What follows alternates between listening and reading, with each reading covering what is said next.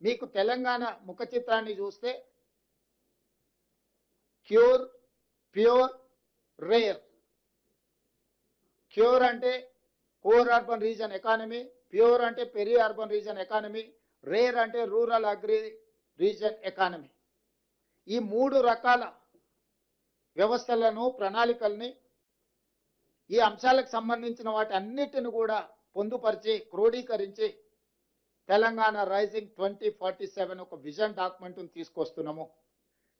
ఆ vision document లో core urban లో ఏం చేయబోతున్నాం, ఏమేమి తీసుకొస్తున్నాం, ఇన్ డీటెయిల్ రిపోర్ట్ ఉంటుంది. పెరి అర్బన్ లో ఏమేమి చేయబోతున్నాం, మ్యానుఫ్యాక్చరింగ్ సైడ్ డీటెయిల్ రిపోర్ట్ ఉంటుంది. రూరల్ ఎకానమీలో, అగ్రికల్చర్లో ఏం చేయబోతున్నాం ఆ పాలసీ డాక్యుమెంట్లో ఉంటుంది.